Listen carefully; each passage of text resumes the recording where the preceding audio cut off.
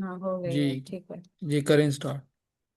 कि मैंने recording start कर दिया, हम लोग कंटिन्यू करते हैं। आजकल बेसिकली जो हमारा टॉपिक है, सबसे पहले कंडीशनल्स को देख लेते हैं। कंडीशनल्स का जनरल आइडिया ये है कि आपने डिसीजन मेकिंग करनी है बेस्ड अपॉन सम कंडीशंस, ठीक है। एक सिंपल एग्जांपल ये है, जैसे एक बाथटब की एग्जांपल ली हुई है यहाँ पर, कि अगर बाथटब का जो है वो लेवल वाटर का 80 सेंटीमीटर से अबव होता है तो ड्रेन कर दो उसको, ठीक है। अदरवाइज क्या करो कि ड्रेन ना करो, नो, ठीक है। यानी हमने बेस्ड अपॉन सम कंडीशन, हमारे पास कंडीशन हमारी क्या है कि 80 सेंटीमीटर वाटर का लेवल होना चाहिए, ठीक है। तो उसकी बिना पे हम कुछ डिसीजन मेकिंग कर रहे हैं कि ड्रेन वाटर करो या फिर ना करो, ठीक है।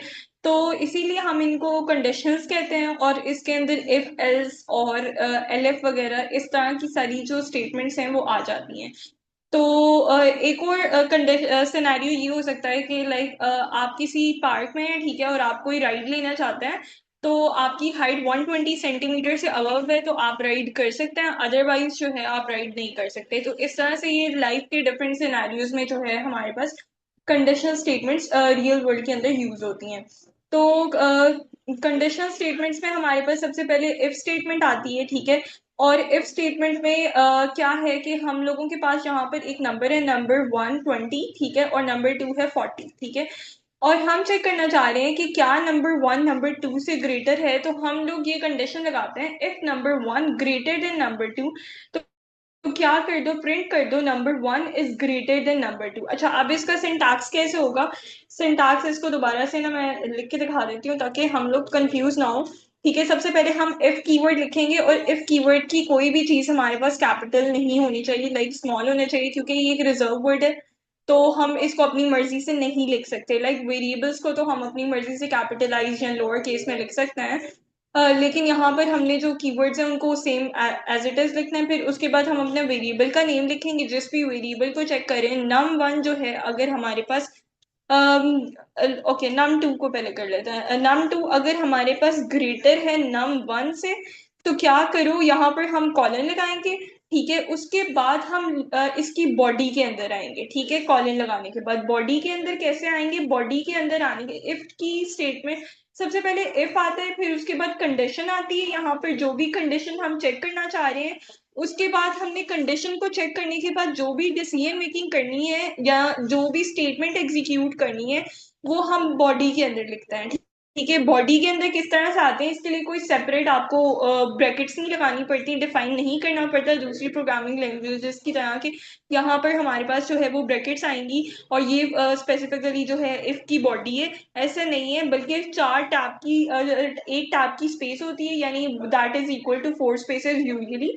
तो जो है टैब की स्पेस आप देंगे इफ की, इफ लिखने के बाद और कंडीशन लिखने के बाद, कॉलिंग लगाने के बाद, तो वहां से डिफाइन हो जाएगा कि ये बॉडी है हमारे पास, ठीक है। और उसके अंदर जो भी आप स्टेटमेंट एग्जीक्यूट करना चाहते हैं या जो भी डिसीजन मेकिंग करना चाहते हैं वो आप यहाँ पर लिख सकते हैं। हम क्या कह सकते हैं कि number 1 is greater than number 2, ठीक है।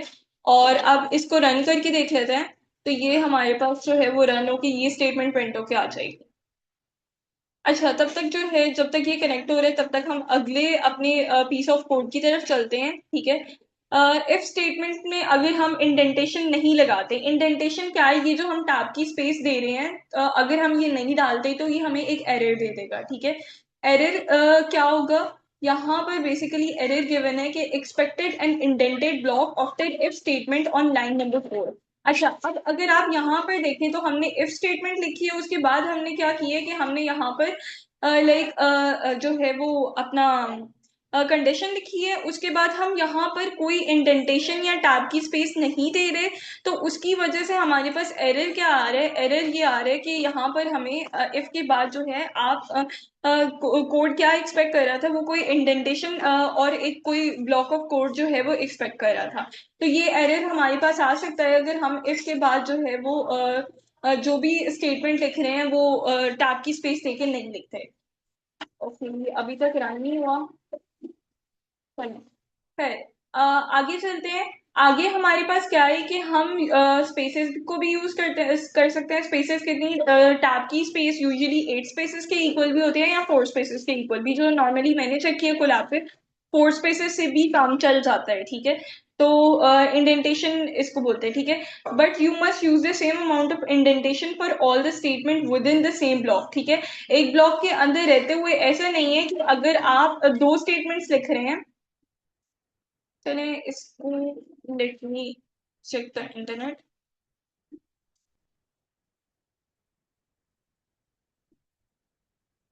ये आई गेस पता नहीं क्यों नहीं रन हो रहा, इंटरनेट तो है यहाँ पर।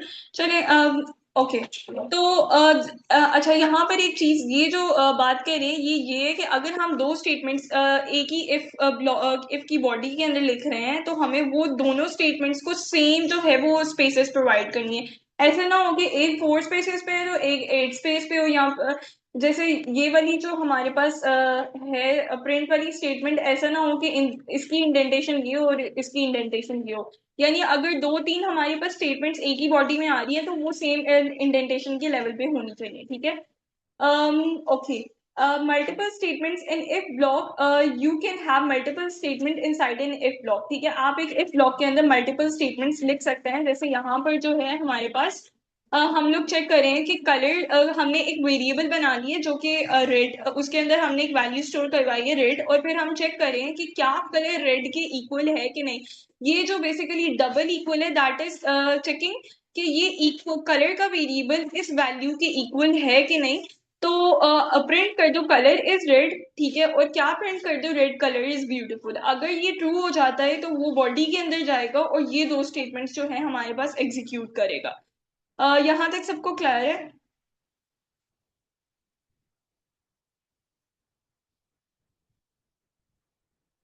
यस मेरी मैम। आवाज आ रही है? ओके। जी मैम, उसके बाद क्लियर है। वेरिएबल्स की बात कर लेते हैं। लाइक हम वेरिएबल्स को भी चेक कर सकते हैं। यहाँ पर भी बेसिकली हमने एक वेरिएबल को एक वैल्यू के इक्वल चेक की है, ठीक है। यहाँ पर मैंने एक जो है वो वेरिएबल क्रिएट किया है इज लॉग इन, और उसके अंदर मैंने एक बूलियन वैल्यू स्टोर करवा दी है ट्रू, ठीक है। तो बेसिकली ये कहाँ पर ये पीस ऑफ कोड वर्क करता है, जब हम लोग कोई कहीं पर लॉग इन कर रहे हैं तो वो बैकएंड पे चेक करता है कि अगर सिस्टम लॉग इन है तो वेलकम बैक का मैसेज शो करा दो, ठीक है। तो ये उसका एक आप कह लें कि शॉर्ट पीस ऑफ कोड है। उस इस लॉग्ड इन के अंदर अगर ट्रू है, इफ इज लॉग्ड इन, ठीक है। अब यहाँ पर कोई नेचुरली जो है आपको कोई कंडीशन नहीं दिख रही, ठीक है। लेकिन ये बैकएंड पे क्या चेक करेगा कि इज लॉग्ड इन की वैल्यू जो है वो ट्रू है कि नहीं, अगर हम इस तरह से लिखते हैं वेरिएबल को, ठीक है। तो फिर क्या कर दो, प्रिंट कर दो वेलकम बैक, और उसने यहाँ पर आउटपुट पे जो है वो वेलकम बैक प्रिंट कर दिया हुआ है। उसके बाद हमारे पास ओके, अब यहाँ तक जो बात थी हम सिर्फ एक कंडीशन को चेक कर रहे थे। लेट से कि हमारे पास बहुत ज्यादा कंडीशंस हैं और उनमें से हमने एक कंडीशन को चूज करना है, ठीक है। जैसे आप एक वो खड़े होते हैं, क्रॉसिंग पे खड़े होते हैं, रोड क्रॉसिंग पे, ठीक है। आपके पास जो है वो जो है लेफ्ट साइड में भी रास्ता है, राइट साइड में भी रास्ता है, ठीक है, और इसी तरह से चारों तरफ रास्ता है। तो आप वो रास्ता चूज करेंगे जो कि ऑब्वियसली कम डिस्टेंस पे और आपको अपनी डेस्टिनेशन पे टाइम पे पहुंचाए। तो एलिफ जो है ये हमारे पास आप कह लें कि ये वही काम करता है कि जब हमारे पास मल्टीपल स्टेटमेंट्स आ जाती हैं तो हम लोग मल्टीपल कंडीशंस आ जाती हैं तो उसमें से एक कंडीशन को हमने चूज करना है तो वो हम कर सकते हैं। The elif keyword in Python is a way of saying if the previous conditions were not true then try this condition, ठीक है। कि अगर दूसरी कंडीशंस जो है वो ट्रू नहीं थी तो फिर ये वाली कंडीशन जो है ट्राई करो, ये इस केस में होता है। The elif keyword allows you to check multiple expression for true and execute a block of code as soon as one of the condition evaluates to true, ठीक है। इसमें हम क्या करते हैं कि अगर एक कंडीशन फॉल्स हो रही है, ठीक है, उसके अंदर जो स्टेटमेंट या जैसे ओके, इसकी एग्जांपल हम कोड के थ्रू ले लेते हैं। जैसे ये मेरे पास ए के अंदर वैल्यू है 33, बी के अंदर भी 33 है। फर्स्ट कंडीशन ये कहती है, इफ वाली कंडीशन ये कहती है कि B greater than A check करो, ठीक है। तो ऑब्वियसली हमें ये बात पता है कि बी ग्रेटर देन ए जो है वो फॉल्स होगा। जब कोई कंडीशन फॉल्स हो जाती है तो वो वाला जो ब्लॉक होता है कोड का या वो जो बॉडी होती है वो एग्जीक्यूट नहीं होती, ठीक है। तो फिर उसके बाद हम एलिफ लिखेंगे, एलिफ के अंदर हम दूसरी की में स्टेटमेंट अपनी कंडीशन लगाएंगे। और एलिफ का मतलब बेसिकली क्या है, एलिफ का मतलब होता है एल्स, ठीक है। ये बेसिकली एल्स इफ का शॉर्टकट है। पाइथन के अंदर एल्स इफ नहीं चलता, एलएफ चलता है, ठीक है। अगर ये कंडीशन फॉल्स हो गई है इफ वाली, तो फिर क्या चेक करो, एलएफ वाली कंडीशन चेक करो। एलएफ वाली कंडीशन हमें क्या कहती है कि ए जो है बी के इक्वल है, जो कि ऑब्वियसली ट्रू है। तो फिर क्या प्रिंट कर दो, A and B are equal. एक इंपॉर्टेंट चीज यहाँ पर ये है कि जो कंडीशन फॉल्स हो जाती है उसकी बॉडी भी हमारे पास नहीं एग्जीक्यूट होती। तो यहाँ पर पहले वो इफ की कंडीशन चेक करेगा, अगर ये फॉल्स होगी तो प्रिंट वाली स्टेटमेंट इफ वाली जो है नहीं चलेगी। तो ये चीज आपने याद रखनी है।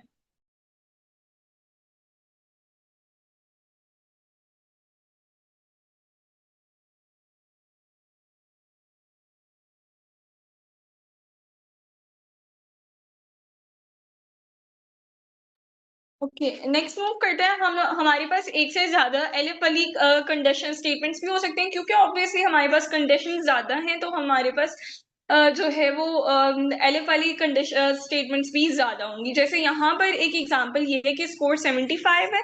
अगर स्कोर हमारे पास ग्रेटर देन इक्वल टू 90 है तो क्या कर दो, ग्रेड ए असाइन कर दो। अगर ग्रेटर देन इक्वल टू 80 है तो ग्रेड बी असाइन कर दो, ठीक है। और इसी तरह सो ऑन जो है वो चेक करेगा, हर कंडीशन पे चेक करेगा। पहले तो हमारे पास ये फर्स्ट कंडीशन जो इफ के अंदर लिखी हुई है वो फॉल्स हो जाएगी, ठीक है। उसके बाद जो है हम लोग सेकेंड कंडीशन को चेक करेंगे, ये भी फॉल्स हो जाएगी, तो इसकी बॉडी भी एग्जीक्यूट नहीं होगी, ठीक है। और फिर थर्ड कंडीशन जो है हमारे पास ये बेसिकली ट्रू होगी। तो ये वाली जो है हमारे पास स्टेटमेंट ये एग्जीक्यूट हो जाएगी। और जहां पर कोई कंडीशन ट्रू हो जाती है तो उससे आगे वाली जो स्टेटमेंट्स हैं वो नहीं चलती, नहीं एग्जीक्यूट होती। यानी हमारा जो कोड है वो यहाँ तक कभी पहुंच ही नहीं, लाइक एग्जीक्यूशन जो है कोड की वो यहाँ तक कभी पहुंच ही नहीं पाएगी। तो ये चीज आपने याद रखनी है।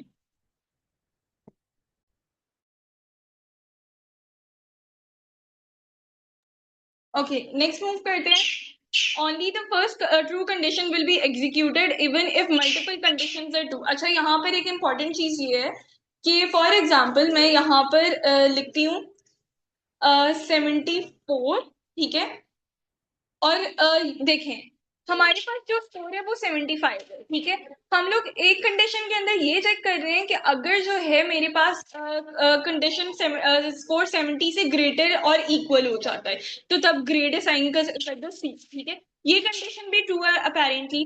सेकेंड कंडीशन हमारे पास क्या कहती है कि अगर स्कोर जो है वो 74 से ग्रेटर और इक्वल है तो तब ग्रेड डी असाइन कर दो। तो ये भी ट्रू है क्योंकि हमारे पास 75 74 से ग्रेटर है। लेकिन यहाँ पर इसकी एग्जीक्यूशन, अगर इसको रन करूं मैं,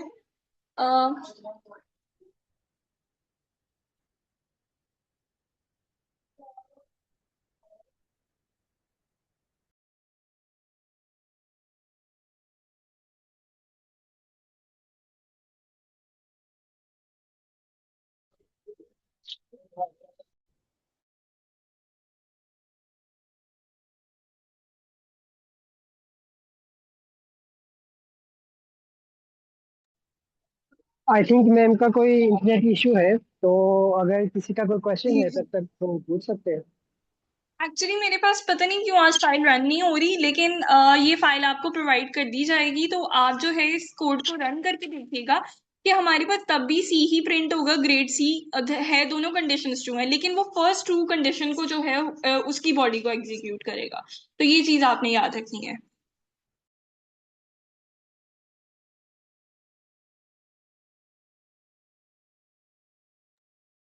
ओके, अब बात कर लेते हैं। हमारे पास लाइक सारी की सारी कंडीशंस हम चेक कर रहे हैं और सब की सब जो है वो फॉल्स हो जाती हैं, तो फिर उस केस में क्या करना चाहिए? उस केस में तो आउटपुट में कुछ शो ही नहीं होगा, ठीक है।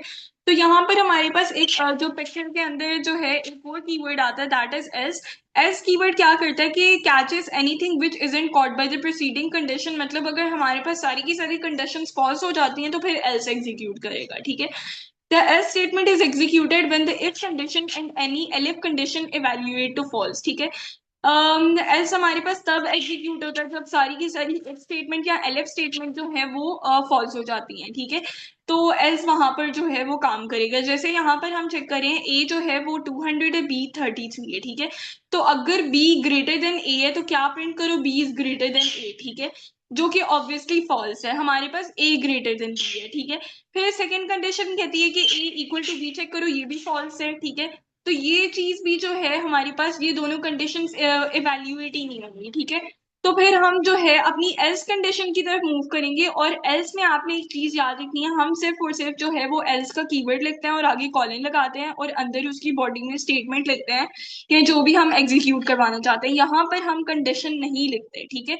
जैसे हम यहाँ पर ए इक्वल टू बी चेक कर रहे हैं, ठीक है, और बी ग्रेटर देन ए, ये वाली चीजें हम नहीं करते, क्योंकि obviously this is the thing जो कि उसने सारी कंडीशंस के फॉल्स होने के बाद एग्जीक्यूट होनी है, तो उसके लिए हमें कंडीशन लिखने की जरूरत नहीं है। अदरवाइज हमारे पास क्या प्रिंट कर दो, ए इज ग्रेटर देन बी, तो ए इज ग्रेटर देन बी जो है हमारे पास प्रिंट होके आ जाएगा। अच्छा, अब यहाँ पर हमारे पास एक शॉर्ट हैंड इफ होता है। शॉर्ट हैंड इफ क्या करता है कि हमें सिंगल लाइन इफ स्टेटमेंट लिखने में हेल्प करता है, ठीक है। फॉर एग्जाम्पल हमारा पीस ऑफ कोड बहुत शॉर्ट है, तो उस केस में हम एक ही लाइन के अंदर जो है वो अपनी पूरी की पूरी इफ स्टेटमेंट लिख देते हैं। लेकिन ये normally small piece of code के लिए वर्क करता है। लार्ज अगर आपने बहुत ज्यादा कंडीशंस को चेक करना है तो तब आप ये ऐसा नहीं कर सकते, ठीक है। जैसे a इज इक्वल 5 है, b इज इक्वल 2 है, तो हम if a greater than b लिखेंगे, सब कुछ सारा कुछ सारी चीजें वैसे ही रहेंगी, कॉलन आएगा, ठीक है। बस आपने क्या करना है कि जो हम बॉडी के अंदर इंडेंटेशन लगाते थे या अगली लाइन में लिखते थे, वो चीज नहीं करनी। एक स्टेटमेंट के केस में हम जो है यहाँ पर उसको बिल्कुल आगे लिख सकते हैं, लेकिन अगर यहाँ पर मल्टीपल स्टेटमेंट आ जाती हैं तो फिर this is not a good thing, हम इसको नहीं कर सकते। तो ये एक चीज थी। इसी तरह शॉर्ट हैंड इफ एल्स भी होता है हमारे पास। शॉर्ट हैंड इफ एल्स किस तरीके से होता है कि हम लोग क्या करते हैं कि हमारे पास जो इफ की जो भी स्टेटमेंट हमने एग्जीक्यूट करनी है, अच्छा, वो स्टेटमेंट पहले लिखेंगे हम, ठीक है। जैसे यहाँ पर हमारे पास जो स्टेटमेंट बॉडी के अंदर लिखी जाती है वो हम पहले लिखेंगे, उसके बाद हम जो है अपनी इफ का लिखेंगे और ए ग्रेटर देन बी लिखेंगे, ठीक है, कंडीशन लिखेंगे। और एल्स फिर जो है एल्स हम लिख सकते हैं, और फिर उसके बाद जो है एल्स की वो है हमारे पास लाइक बॉडी है, वो हम उसके आगे लिख सकते हैं। बस आपने ये चीज याद रखनी है कि हम जो है इफ का की जो भी स्टेटमेंट होगी या बॉडी होगी वो इफ से पहले लिखेंगे। लेकिन again this will work for very short codes, तो इसको आपने लॉन्ग कोड के अंदर या लॉन्ग कंडीशन चेकिंग के अंदर अवॉइड करना है, ठीक है। फिर नेस्टेड इफ भी होता है, ठीक है। नेस्टेड इफ किस तरीके से होता है कि एक इफ स्टेटमेंट के अंदर दूसरी इफ स्टेटमेंट आ जाए, ठीक है। इफ एक्स ग्रेटर देन 10, ठीक है, हमारे पास यहाँ पर 41 है एक्स के अंदर, अगर एक्स ग्रेटर देन 10 है तो क्या करो, अबव 10 है, ठीक है, ऑब्वियसली ग्रेटर देन 10 है। फिर उस इफ के अंदर हमारे पास अगर आप इंडेंटेशन चेक करें, प्रिंट की और इफ की दोनों की सेम लेवल पे आ रही है। इसका मतलब ये है कि ये वाली जो इफ स्टेटमेंट है ये इस इफ स्टेटमेंट के ब्लॉक के अंदर है, ठीक है। आप दोबारा चेक करो, क्या x ग्रेटर देन 20 है, ऑब्वियसली 20 है, तो क्या करो कि हमारे पास प्रिंट कर दो एंड ऑल्सो अबव 20, ठीक है।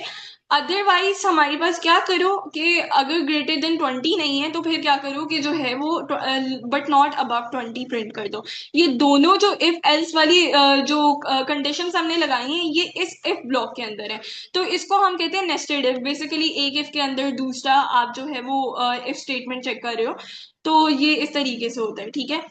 ये कहाँ पर वर्क कर सकता है, जैसे हम लोग एज को भी चेक करना चाह रहे हैं, उसके बाद लाइसेंस को भी चेक करना चाह रहे हैं, ठीक है। तो फिर हम परमिशन ग्रांट करते हैं। पहले हम ये चेक करेंगे if age greater than equal to 18, बिल्कुल 18 से अबव है, तो फिर क्या करो कि ये चेक करो इफ हैज लाइसेंस, अगर लाइसेंस है तो फिर ड्राइव कर सकते हो, otherwise you need a license. और अगर ये वाली जो एल्स स्टेटमेंट है ना, ये इस इफ ब्लॉक के अंदर नहीं है, ठीक है। एल्स क्या करो कि हमारे पास एज वाले चेक से ही नहीं वो पास हुआ, तो फिर क्या कर दो कि you are too young to drive. उसके बाद एक चीज होती है पास स्टेटमेंट। पास स्टेटमेंट हम उस केस में लिखते हैं जब हम लोगों ने एक इफ स्टेटमेंट तो लिख दी है, लेकिन अभी हमें नहीं पता कि अंदर जो है हमने कोई स्टेटमेंट क्या लिखनी है, बॉडी के अंदर क्या लिखना है, ठीक है। तो तब हम रेंडमली पास लिख देते हैं, और मोस्टली ये जो है डेवलपमेंट के अंदर यूज होता है जब हम लोगों ने बाद में अपनी जो है वो बॉडी ऐड करनी होती है, तो वहां पर ये चीज हम करते हैं। तो ये बेसिकली चीजें हैं।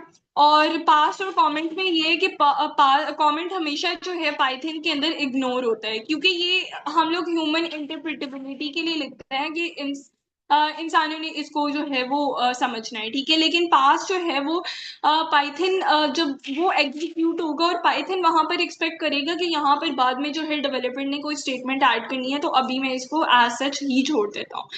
तो पास और कमेंट के अंदर ये डिफरेंस है। और उसके बाद लूप्स की बात कर लेते हैं। लूप्स हमारे पास कहाँ पर यूज होते हैं? इफ जो कंडीशंस थे वो हमने देखा कि डिसीजन मेकिंग में हेल्प करते हैं। लूप्स हमारे पास तब यूज होते हैं जब हम लोगों ने एक काम मल्टीपल टाइम्स करवाना है और सेम लॉजिक सेम ही रहने वाले हैं, ठीक है। तो यहाँ पर हम क्या कर सकते हैं कि हम लोगों ने हम बार बार एक पीस ऑफ कोड को उतनी बार रिपीट करेंगे तो ऑब्वियसली वो चीज अच्छी नहीं लगती, ठीक है। वर्क करेगी हमारे पास, लेकिन एक चीज है हमने उसको 1000 टाइम्स रिपीट करना है, तो क्या हम 1000 लाइन ऑफ कोड्स को रिपीट करेंगे? नहीं। हम उसके लिए लूप्स को यूज करते हैं और हम लूप्स में स्पेसिफाई कर देते हैं कि इस स्टेटमेंट को या इस काम को जो है इस लॉजिक को इतनी बार रिपीट कर दो। Python has two primitive loop commands. Loop की दो कमांड्स होती हैं पाइथन के पास, एक व्हाइल लूप है और एक फॉर लूप है, ठीक है। व्हाइल लूप क्या चले पहले फॉर लूप देख लेते हैं, उसके बाद हम व्हाइल लूप देखते हैं। फॉर लूप क्या करता है कि हमारे पास हमने एक सीक्वेंस के ऊपर, सीक्वेंस क्या है हमारे पास, लिस्ट हो सकता है, स्ट्रिंग हो सकती है, ठीक है, tuple, dictionary, anything that has an index, ठीक है। उसके ऊपर आइटरेट करने के लिए जो है हमारे पास फॉर लूप यूज होते हैं, नंबर वन, ठीक है। और this is less like the for keyword in other programming language and work more like an iterative method. अच्छा, ये मोस्टली ना हमारे पास तब यूज होता है जब हमने किसी स्ट्रिंग के ऊपर, टपल के ऊपर ट्रिवर्सिंग करानी है या फिर उसके ऊपर आइटरेट करना है। जस्ट गिव मी अ।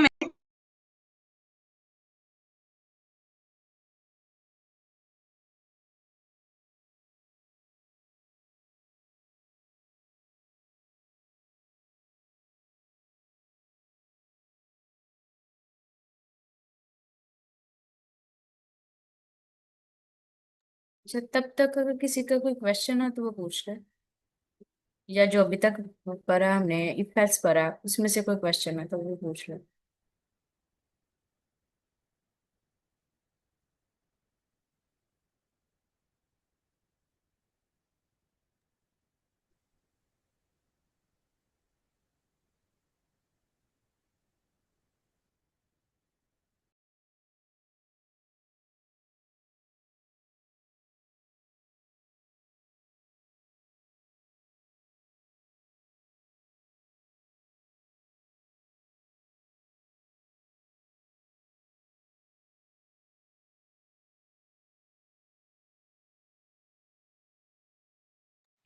अच्छा, ये जो है बेसिकली हमारे पास किस तरीके से काम करता है कि हमने किसी स्ट्रिंग लिस्ट या टपल के ऊपर जो है वो आइटरेट करानी है, किसी काम को मल्टीपल टाइम्स रिपीट करना है, तो हम वो चीज़ भी इसमें कर सकते हैं। जैसे यहाँ पर हमारे पास जो है वो लिस्ट है एक, जिसके अंदर जो है हमारे पास डिफरेंट फ्रूट्स नेम है और हम क्या करना चाहते हैं।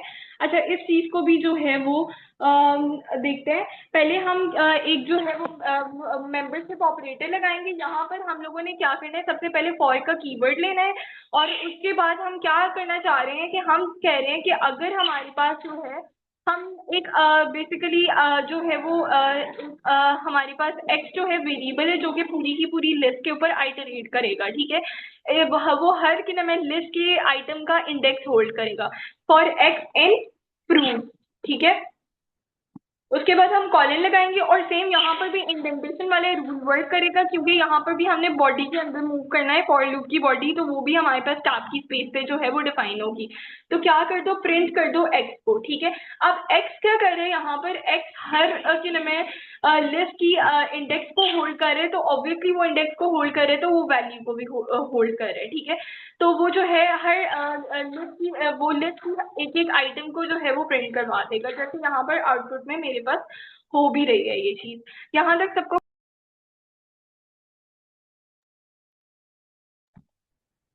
मैम, अगर इस फ्रूट में से किसी एक को प्रिंट निकलवाना है तो उसका इंडेक्स लिखना पड़ेगा फिर। सॉरी। ये पूरी लिस्ट में से अगर किसी एक को प्रिंट करवाना है तो उसका इंडेक्स लिखना पड़ेगा। जी ऑब्वियसली वहाँ वो तो ये चीज हम अभी आइटरेशन के लिए डिस्कस कर रहे हैं। अगर एक्सेसिंग करनी है तो वो तो हम पिछले वो तो ये लूप्स वाले कॉन्सेप्ट से ही डिफरेंट है, वो हम सिंगल भी एक इंडेक्स लिख के तो जो है वो कर सकते हैं, लेकिन यहाँ पर भी हम वो चीज कर सकते हैं। अगर मेरे पास आज मेरी कोलैब की नोटबुक चल गई बेसिकली लूप्स के अंदर रहते हैं वो भी हम ये काम कर सकते हैं, लेकिन अभी मेरे पास पता नहीं क्यों ये रन नहीं हो रही, इंटरनेट का कोई इशू है। तो ये नोटबुक आज आपको प्रोवाइड कर दी जाएगी। आप अपने एंड पे जो है ये पीस ऑफ कोड्स को जो है रन करके देखिएगा। हम वाइल लूप की तरफ मूव करते हैं। वाइल लूप जो है बेसिकली हमारे पास किसी कंडीशन को जो है वो चेक करने के लिए होता है, ठीक है। एक तो हमारे पास जो है वो कंडीशन स्टेटमेंट्स हो गई, दूसरा हम लूप के अंदर रहते हुए किसी कंडीशन को चेक करना चाहते हैं तो हम उसके लिए वाइल लूप यूज कर सकते हैं, ठीक है। वाइल लूप किस तरीके से काम करता है कि जैसे यहाँ पर हमारे पास जब हम आइटरेशन कर रहे थे तो हमने एक वेरिएबल ले लिया था x, ठीक है। x क्या था, एक आइटरेटर था हमारे पास, ठीक है, जो कि लिस्ट के सारे एलिमेंट्स के इंडेक्सेस को जो है वो गेट कर रहा था। तो हम सबसे पहले जो है यहाँ पर वो आइटरेटर लिखते हैं, ठीक है। i इज इक्वल 1 हम उसको स्पेसिफाई यहाँ पर बेसिकली जो है हम वो 1 से लेके लाइक ये डिफरेंट यहाँ पर हम 1 से लेके 5 तक प्रिंट करवाना चाह रहे हैं अपने नंबर, ठीक है। तो आई हमने उसको स्टार्टिंग वैल्यू क्या दे दिया, i इज इक्वल 1। अब फिर हम y का कीवर्ड लिखेंगे, उसके बाद हम अपनी कंडीशन लिखेंगे कि i ग्रेटर लेस देन 6, ठीक है। मतलब हमने पहले जो है वो आइटरेटर लिखा, उसके बाद हमने while का कीवर्ड लिखा, फिर उसके बाद हम जो है वो अपनी कंडीशन लिखेंगे। फिर क्या कर दो, प्रिंट कर दो आई को। तो अब जो है आई सबसे पहले यहाँ पर 1 प्रिंट होगा, उसके बाद आई के अंदर इंक्रीमेंट करते जाओ 1 का, ठीक है। यानी हमारे पास ये तब तक आई के अंदर 1 का इंक्रीमेंट होके ये प्रिंट होता जाएगा जब तक ये हमारे पास आई जो है वो ग्रेटर देन 6 नहीं हो जाता, ठीक है। मतलब आई 6 के इक्वल नहीं हो जाता। अगर आई 6 के इक्वल हो जाता है तो फिर सारी की सारी ये कंडीशन ही फॉल्स हो जाएगी, ठीक है। उस केस में तो वाइल लूप की बॉडी ही एग्जीक्यूट नहीं करेगी। तो ये जो है इस तरीके से हमारे पास वर्क करेगा। आई होप तो कि कोलैब की फाइल रन हो जाए। I don't know what's the issue यहाँ पर, लेकिन है। उसके बाद हम बात करते हैं फॉर वर्सेस वाइल लूप की। फॉर लूप जो है वो रिपीट करता है ब्लॉक ऑफ कोड को एक फिक्स नंबर ऑफ टाइम, ठीक है। और इसमें काउंटर है जो कि बार बार जो है खुद ब खुद इंक्रीमेंट करता जाएगा। जैसे यहाँ पर वाइल लूप के अंदर हमें खुद ब खुद इंक्रीमेंट करना पड़ रहा है, ठीक है, यानी खुद मैन्युअली इंक्रीमेंट करना पड़ रहा है। लेकिन फॉर लूप के अंदर हमने ऐसा कोई चीज नहीं की। फॉर लूप के अंदर वो हर बार अगले इंडेक्स के ऊपर खुद ही जाता है, ठीक है। तो वो जो है हर रेपिटेशन के बाद जो है खुद ब खुद इंक्रीमेंट कर लेगा for loop. A while loop repeats a block code an indefinite amount of times until some condition is no longer met. अच्छा, फॉर और वाइल लूप में डिफरेंस बेसिकली ये है कि फॉर लूप में जो है हम लोगों ने सिर्फ सिंपली जो है रिपीटेशन करनी है या आइटरेशन करनी है, लेकिन वाइल लूप जो है किसी कंडीशन के ऊपर वर्क करेगा। वो तब तक ही कोई काम करेगा जब तक कि वो कंडीशन फॉल्स नहीं हो जाती, ठीक है। A rule of thumb for choosing which loop to use is as follow. अच्छा, अब हम किस तरीके से अगर फॉर और वाइल लूप दोनों हैं तो हम उनमें से किस लूप को चूज करें वो किस सिनेरियो पर डिपेंड करता है। अगर हमें एग्जैक्टली पता है कि हमने कितने टाइम से एक लूप को रन करना है तो हम उसके लिए जो है वो फॉर लूप लगाएंगे। लेकिन अगर हमें नहीं पता कि हम ये लूप कितनी बार चलाना चाहते हैं और कोई सर्टेन कंडीशन पता है तो फिर हम जो है वाइल लूप को यूज करेंगे, ठीक है। तो ये एक बेसिक चीज है हमारे पास लूप के अंदर, ठीक है। और यहाँ पर एक ब्रेक स्टेटमेंट है। ब्रेक स्टेटमेंट क्या कहती है कि हम लोग एक लूप को जो है स्टॉप कर सकते हैं उसकी वो सारी एलिमेंट्स के ऊपर लूप करने से पहले ही हम उसे स्टॉप कर सकते हैं, ठीक है। जैसे यहाँ पर मेरे पास जो है वो फ्रूट एक लिस्ट है, ठीक है, उसके अंदर एप्पल, बनाना, चेरी स्टोर है और हमने फॉर एक्स यहाँ पर एक आइटरेटर लिया उसमें फ्रूट्स है। वो बेसिकली सारी की सारी अगर हम यहाँ तक बात करें ना तो बेसिकली वो सारी की सारी लिस्ट के एलिमेंट्स को जो है वो प्रिंट करेगा। लेकिन फिर यहाँ पर हमने एक कंडीशन डाल दी है इफ x इज इक्वल बनाना, यानी जब x बनाना के ऊपर आ जाए तो तब लूप को ब्रेक कर दो, यानी वो उससे आगे जो है एलिमेंट्स को या आइटम्स को प्रिंट ना कर पाए। तो ब्रेक क्या कर रहे हैं कि लूप को ब्रेक करने के लिए जो है हम ब्रेक कीवर्ड बेसिकली यूज कर रहे हैं, ये चीज है। और यहाँ पर कुछ और भी जो है वो प्रोग्राम्स दिए हुए जो कि आप लोग रन करके देख सकते हैं। ओके, कंटिन्यू की स्टेटमेंट हमारे पास क्या करती है, with the continue statement we can stop the current iteration of the loop and continue with the next, ठीक है। यानी हम करंट आइटरेशन को स्टॉप कर सकते हैं, स्किप कर सकते हैं और अगली आइटरेशन पे मूव कर सकते हैं। जैसे यहाँ पर हमारे पास क्या है कि फ्रूट की लिस्ट के बना हम लोग जब बनाना पे पहुंचेंगे तो बनाना को स्किप कर दो और अगली वाली जो है चेरी को प्रिंट कर दो, ठीक है। तो ये इस तरीके से जो है वर्क करेगा, कंटिन्यू स्किप करने के लिए और ब्रेक जो है वो लूप को ब्रेक करने के लिए बेसिकली, ठीक है। इसी तरह हमारे पास रेंज फंक्शन है। रेंज फंक्शन क्या करता है? रेंज फंक्शन बेसिकली हम लोग जब कोई to loop through a set of code a specified number of times, ठीक है, हम लोग जो है वो जैसे वाइल के अंदर क्या कर रहे थे कि हम बता रहे थे आई इक्वल 1 से लेके आई लेस देन 6 तक जो है वो आइटरेट करो। अगर ये चीज हम फॉर लूप के अंदर कराना चाहते हैं तो हम रेंज फंक्शन को यूज करते हैं, ठीक है। और रेंज फंक्शन हमेशा स्टार्ट होता है 0 से, ठीक है। और उसके अंदर हम वैल्यू स्पेसिफाई कर देंगे कि हम इस लूप को कितने टाइम्स चलाना चाहते हैं। तो हम 6 टाइम्स चलाना चाहते हैं तो वो उतनी टाइम्स जो है वो चल जाएगा, 0 से 5 तक चल जाएगा, ठीक है। तो ये चीज है। और रेंज फंक्शन 0 से स्टार्ट होते हैं, स्टार्टिंग वैल्यू इसकी ये है। फिर इनफाइनाइट लूप्स को आपने अवॉइड करना है। इनफाइनाइट लूप्स हमारे पास कब चलते हैं? जब वाइल लूप के केस में जो है हमारे पास कंडीशन कभी ट्रू ही नहीं होती, ठीक है। और फॉर लूप के केस में जो है, फॉर लूप के केस में भी यही है कि लाइक आइटरेशन आपकी चलती जा रही है, चलती जा रही है, और कोई सर्टेन जो है वो पैरामीटर ही नहीं है जिस पे जाके जो है वो खत्म हो सके, ठीक है। तो आपने हमेशा जो है इनफाइनाइट लूप्स को अवॉइड करना है। ये कुछ प्रॉब्लम्स हैं यहाँ पर जो कि आप ट्राई कर सकते हैं, और लाइक उसके थ्रू जो है आप वो लूप्स को ज़्यादा अच्छे तरीके से अंडरस्टैंड कर सकते हैं। अच्छा, अब हम फंक्शन की तरफ, सॉरी,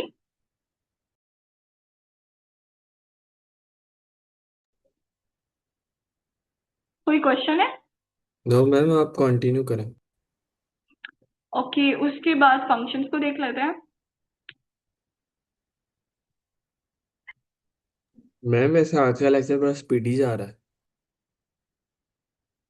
सॉरी,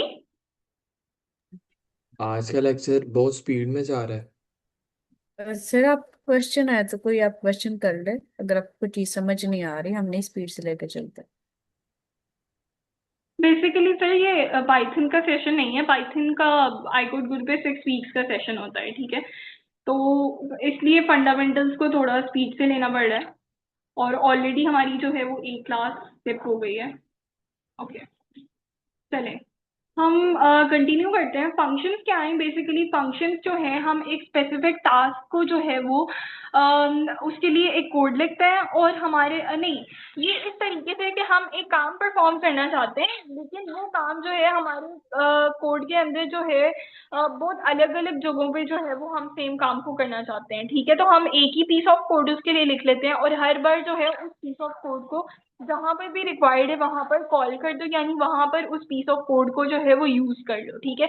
इससे ये होता है कि रीयूजेबिलिटी का कॉन्सेप्ट आ जाता है कि हमें हर बार बार बार कोड नहीं लिखना पड़ता, ठीक है।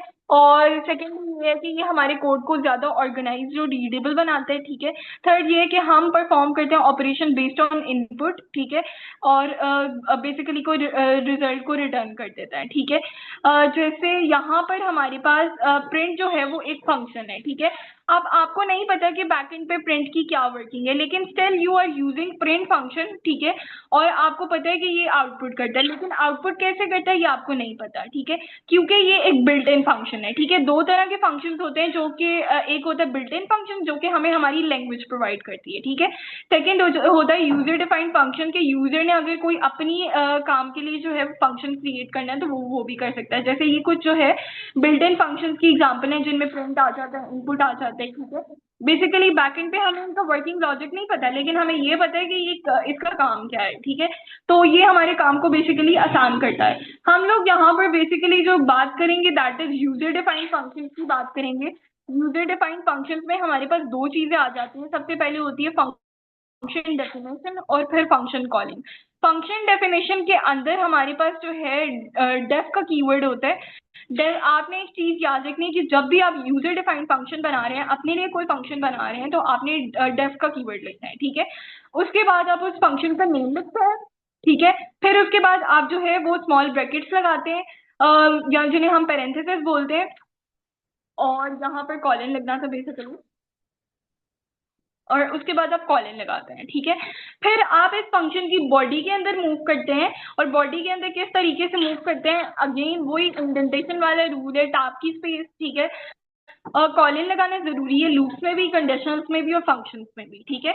और फिर यहाँ पर आप वो चीज डिफाइन करते हैं जो काम आप परफॉर्म करवाना चाह रहे हैं, यानी इस फंक्शन का लॉजिक क्या है वो आप लिखते हैं, ठीक है।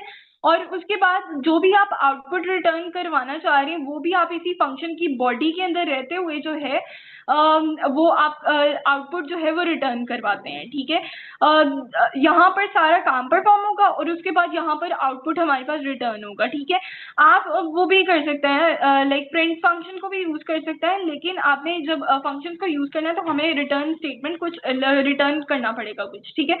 जैसे यहाँ पर एक फंक्शन क्रिएट किया गया है, डेफ का कीवर्ड लिखा है, उसके बाद फंक्शन का नाम लिखा है से हेलो, ठीक है। उसके बाद हमने पेरेंथेसिस लगाई और कॉलन लगाया, फिर ये हम फंक्शन की बॉडी के अंदर मूव कर गए और हमने लिखा प्रिंट हेलो वर्ल्ड। अच्छा, अब यहाँ पर एक चीज आप ऑब्जर्व करें, यहाँ पर हम कोई वैल्यू रिटर्न नहीं करवा रहे, सिंपली हम क्या कर रहे हैं कि प्रिंट कर रहे हैं। तो आप इस तरीके से भी काम कर सकते हैं। और उसके बाद एक चीज होती है function calling. Function calling basically हमें रीयूजेबिलिटी में हेल्प करती है। ये चीज जो है हमने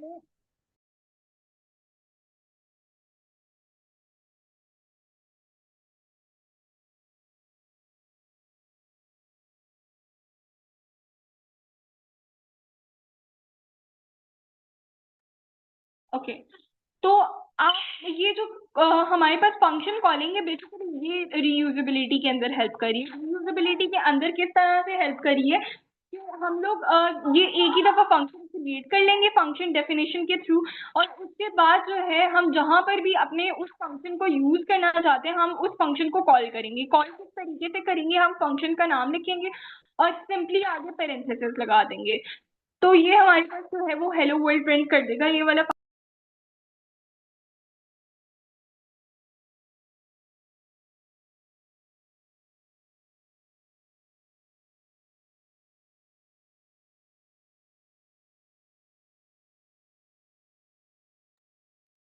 ओके, अच्छा, अब यहाँ पर ये भी आप एक बार जो है वो ट्राई करके देखिएगा। यहाँ पर एक और चीज होती है पैरामीटर्स और आर्ग्यूमेंट्स की का कॉन्सेप्ट होता है, ठीक है। अभी तक हमने जो फंक्शन क्रिएट किया उसमें पैरामीटर्स और आर्ग्यूमेंट्स नहीं है, ठीक है। हम लोग जब नॉर्मल सम्स कर रहे थे तो हम एक वेरिएबल क्रिएट करते थे, num1 एक num2 क्रिएट करते थे, फिर उसके बाद जो है हम उनको प्लस करते थे, ठीक है। तो यहाँ पर हम वही वेरिएबल्स जो है वो फंक्शन की पेरेंथेसिस के अंदर क्रिएट करते हैं, ठीक है। हमने डेफ का कीवर्ड लिखना है, सम लिखना है, ठीक है, जो कि फंक्शन का नेम है अगेन। और उसके बाद जो है हम पेरेंथेसिस लगाएंगे num1 और num2। हम जितने भी वेरिएबल्स क्रिएट कर रहे हैं, लाइक जितनी भी हम पैरामीटर्स क्रिएट कर रहे हैं, ये बेसिकली जो भी हम चीज पास करते हैं विद इन द फंक्शन की पेरेंथेसिस के अंदर वो होती हैं पैरामीटर्स, ठीक है। और हम लोग num1 और num2 जितने भी वेरिएबल्स क्रिएट कर रहे हैं उनको हम कॉमा के थ्रू सेपरेट करेंगे। उसके बाद हम अंदर जो है वो कोड का लॉजिक लिखेंगे। और यहाँ पर आप एक चीज ऑब्जर्व कर रहे होंगे, मैंने फंक्शन को तो नाम सम का दिया, लेकिन अंदर जब मैं कोई न्यू वेरिएबल क्रिएट कर रही हूँ, ऐड का वेरिएबल जैसे मैंने यहाँ पर क्रिएट किया तो मैंने उसको डिफरेंट नेम दिया। एक चीज याद है कि वेरिएबल्स बाद में क्रिएट कर रहे हैं वो दोनों मैच ना करें, यानी जो फंक्शन की बॉडी के अंदर अगर आप कोई न्यू वेरिएबल क्रिएट करते हैं तो उसका नेम और आपके फंक्शन का नेम जो है वो मैच नहीं करना चाहिए, अदरवाइज एरर आ जाएगा, ठीक है। तो यहाँ पर ऐड के अंदर मैंने क्या किया कि num1 प्लस num2 कर दो और उसके बाद हम यहाँ पर जो है प्रिंट कर दो ऐड को, ठीक है। यहाँ पर आप इसकी वैल्यू भी रिटर्न करवा सकते हैं, ठीक है, रिटर्न ऐड भी कर सकते हैं हम, ठीक है। और फिर उसके बाद हमने क्या किया कि फंक्शन को कॉल किया, और फंक्शन को कॉल आपने फंक्शन की बॉडी के बाहर रहते हुए करना है। यहाँ पर अगर आप देखें डेफ की और सम की सेम इंडेंटेशन लेवल है, इसका मतलब यह है कि सम जो है वो इस फंक्शन की बॉडी के बाहर है, ठीक है। तो यहाँ पर हम फंक्शन को कॉल करने के लिए फंक्शन का नेम लिखेंगे, उसके बाद उस ब्रैकेट के अंदर जो भी हमने वेरिएबल्स डिफाइन किए थे उनकी वैल्यू को पास करेंगे, ठीक है। तो हम 2 और 6 को पास करें, जब हम वैल्यू को पास कर रहे हैं तो हम उसको आर्ग्यूमेंट का नाम दे देते हैं, जब हम वो वेरिएबल्स पास कर रहे हैं पेरेंथेसिस के अंदर जो हम उनको क्या नाम दे देते हैं, हम उनको नाम दे देते हैं पैरामीटर्स का, ठीक है। तो ये जो है उससे मेरे पास 8 जो है वो प्रिंट कर दी है। ओके, यहाँ पर एक चीज ये है अगर मैं आर्ग्यूमेंट में पहले से लिख लेती num 1 और num 2 और उसके बाद सम को कॉल करते टाइम पे मैं उसकी वैल्यूज पास नहीं करती num 1 और num 2 की, तो एरर आ जाएगा। एरर क्या कहते हैं कि some missing two required positional arguments, ठीक है, यानी आपने दो आर्ग्यूमेंट num 1 और num 2 की आर्ग्यूमेंट्स को मिस कर दिया। तो अगर आप यहाँ पे पैरामीटर्स क्रिएट करें तो उसकी वैल्यू पास करना भी जरूरी है, ये चीज आपने याद रखनी है। ओके, उसके बाद हम बात कर लेते हैं हाँ, हम इस तरीके से भी कर सकते हैं कि हम लोगों ने आर्ग्यूमेंट वो पैरामीटर्स क्रिएट किए, उसके बाद हम डायरेक्ट वैल्यू पास नहीं करना चाहते सम के फंक्शन के अंदर, बल्कि वेरिएबल्स पास करना चाहते हैं जो कि वेरिएबल्स वैल्यूज होल्ड करें। तो हम बेसिकली क्या करेंगे कि फंक्शन की बॉडी के बाहर उन वेरिएबल्स को क्रिएट कर लेंगे। उन वेरिएबल्स का नेम पैरामीटर्स के नेम के सेम जैसा भी हो सकता है और डिफरेंट भी हो सकता है, ठीक है। तो num 1 के अंदर मैंने 6 रखा है, num 2 के अंदर 89 रखा है, और फिर मैं इन जो है वेरिएबल्स को सम के फंक्शन के अंदर एज एन आर्ग्यूमेंट पास कर दूंगी। तो ये चीज भी है एक, और ये बेसिकली सारा कुछ वही है। ओके, यहाँ पर आपने चीज याद रखनी है कि रिटर्न को कभी भी आपने फंक्शन की बॉडी के बाहर नहीं लिखना है, यानी इस तरीके से नहीं लिखना, ठीक है। तो रिटर्न आपका फंक्शन की बॉडी के अंदर रहेगा। ओके, उसके बाद हम बात कर लेते हैं फंक्शंस विद पैरामीटर्स, ठीक है। ये पैरामीटर्स वाली और आर्ग्यूमेंट्स वाली बात हो गई। तो यहाँ पर बेसिक हमारा जो है वो कॉन्सेप्ट खत्म हो गया। रिटर्न के बारे में एक और इम्पॉर्टेंट चीज ये है कि रिटर्न के बाद आपने कोई भी स्टेटमेंट नहीं लिखनी, क्योंकि रिटर्न के ऊपर आके एग्जीक्यूशन जो है कोड की वो हॉल्ट हो जाती है, फिनिश हो जाती है। अगर आप रिटर्न के बाद कोई स्टेटमेंट लिखते हैं ना, तो वो स्टेटमेंट चलेगी नहीं, कभी एग्जीक्यूट ही नहीं होगी। तो ये चीज आपने याद रखनी है कि रिटर्न को हमेशा एंड पे लिखें। और ये कुछ प्रैक्टिस प्रोग्राम्स हैं जो कि आप फॉलो कर सकते हैं, और इस तरह से जो है वो काम कर सकते हैं। ओके, यहाँ तक हमारा लेक्चर जो है वाइंड अप हो गया। अगर किसी को कोई क्वेश्चन है तो you can.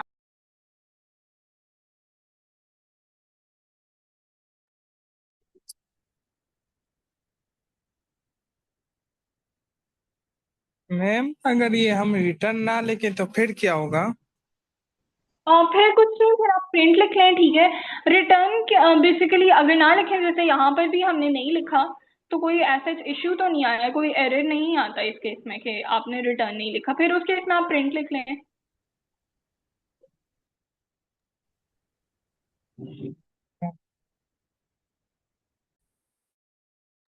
Return is basically to specify कि ये फंक्शन हमारे पास कोई ना कोई वैल्यू रिटर्न कर रहा है, ठीक है। तो ये चीज आपने बेसिकली रिटर्न के कीवर्ड के थ्रू बतानी होती है। Thank you ma'am. अच्छा, इसमें मैं एक पॉइंट ऐड करना चाह रहा हूँ। जब हम फंक्शन को कॉल करते हैं, जब वैल्यूज ऐसा आर्गुमेंट पास करते हैं पैरामीटर्स में, तो जहाँ पे फंक्शन कॉल होता है तो बाय डिफॉल्ट वहाँ पे रिटर्न जो है वो वैल्यूज होती है। अगर हम रिटर्न नहीं भी करते तो जहाँ पे फंक्शन कॉल है वहाँ पे वो रिटर्न कर देगा वैल्यूज को।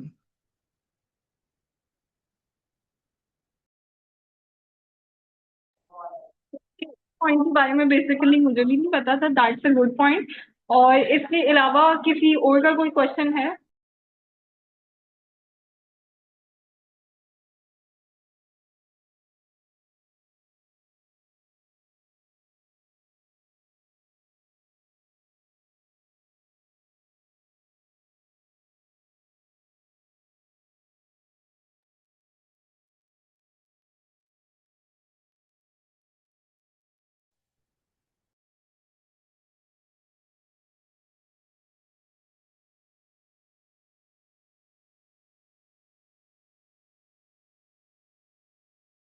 स्ताश ओके, चैट वाइल में को क्वेश्चन है, उसको वाइल को समझा दो। वाइल का बेसिकली ये है, वाइल और फॉर ऑलमोस्ट सिमिलर है।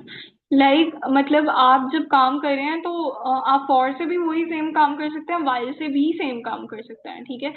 The only difference here is कि चलिए मैं बताती हूँ। वाइल जो है हमारे पास किसी तब तक एग्जीक्यूट होगा जब तक कि कोई कंडीशन फॉल्स नहीं हो जाती, लेकिन ये चीज फॉर में नहीं होती। फॉर में हम लोगों को जो है वो रेपिटेशन करने के लिए हम करते हैं, लेकिन फॉर के अंदर भी हम किसी ना किसी तरीके से जो है वो कंडीशन लिख सकते हैं। लेकिन कंडीशन लिखने, अगर आपने कंडीशन के की बेस पे किसी लूप को एग्जीक्यूट करना है ना, तो ये चीज है कि आप जो है वाइल लूप को यूज करें, ठीक है। और अदरवाइज आप सेम काम फॉर लूप के थ्रू भी कर सकते हैं। मैं यहाँ पर एक्सप्लेन भी कर देती हूँ इस चीज़ को। मैम मैं इसमें थोड़ी सी चीज ऐड करता हूँ कि वाइल लूप और फॉर लूप में डिफरेंस क्या होता है। मेरी आवाज आ रही है? Sure sir. जी जी। उसके लिए मैम हमें ना एक छोटी सी गेम खेलनी होगी ताकि हर एक चीज क्लियर हो जाए। तो आपने थोड़ा सा ना मतलब सपोर्ट करना है। अब गेम इस तरह से 2 मिनट लगेंगे मैक्सिमम। अब होगा क्या कि मैंने आपको ना एक रेंज बतानी नंबर की। वो 1 से 50 हो सकता है। चले 1 से 50 आप मैंने एक नंबर माइंड में सोच लिया और आपने उसको अ, यानी गेस करना है। ठीक है, आपके पास 3 अटेम्प्ट होंगे और आपने बताना है। ठीक है, तो मैंने सोच लिया एक नंबर, मैंने सोच लिया। आप 1 से 50 एक नंबर सोचें। जी मैम बताएं। Sorry sir. मैंने एक नंबर सोच लिया, 1 से लेके 50 के दरमियान को एक नंबर सोच लिया। आपने गेस करना है। आपके पास 3 अटेम्प्ट है।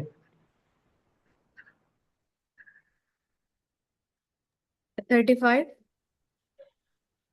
35 ये नंबर मेरे वाले से ज्यादा है। अब फिर 2 अटेम्प्ट रह गए आपके पास। 10। अब कम है, मेरे वाले से कम है। एक रह गई है। अच्छा, 15। नहीं 17। आपकी अटेम्प्ट खत्म हो गई। 17 ओरिजिनल नंबर जो मैंने सोचा है। अब इसमें आपके पास फॉर एग्जांपल ये हमने एक लूप चलाई थी।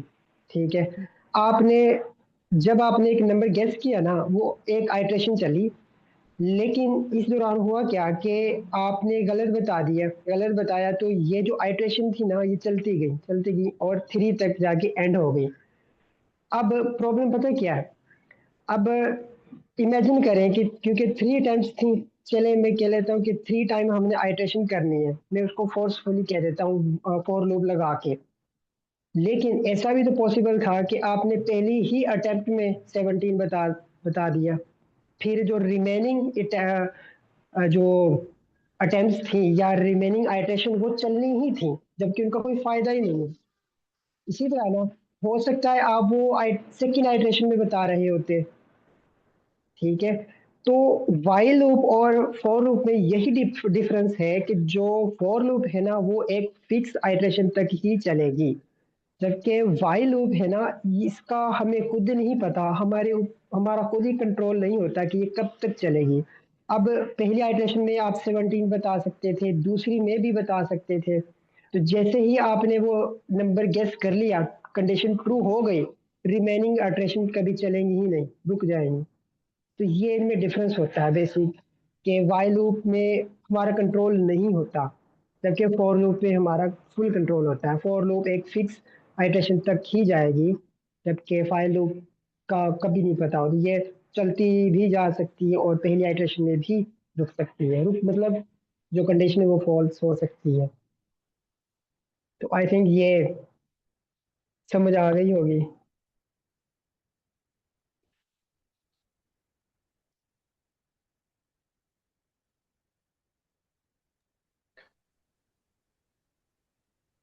अच्छा सर, मेरा क्वेश्चन है सर मोहम्मद आर्गुमेंट। सलीम। जी जी सर। मशीन लर्निंग और डीप लर्निंग के सेशंस आप लेके चलेंगे इस कोर्स में? Yes sir. Okay sir, waiting. Actually मैं इंटरव्यू के लिए चीज़ों को रिवाइज कर रहा हूँ, तो जब आपका नाम देखा मैंने कहा सर है, तो फिर इंशाल्लाह और फायदा हो थैंक जाएगा। You sir. Okay, thank you best of sir. Luck. Thank you sir.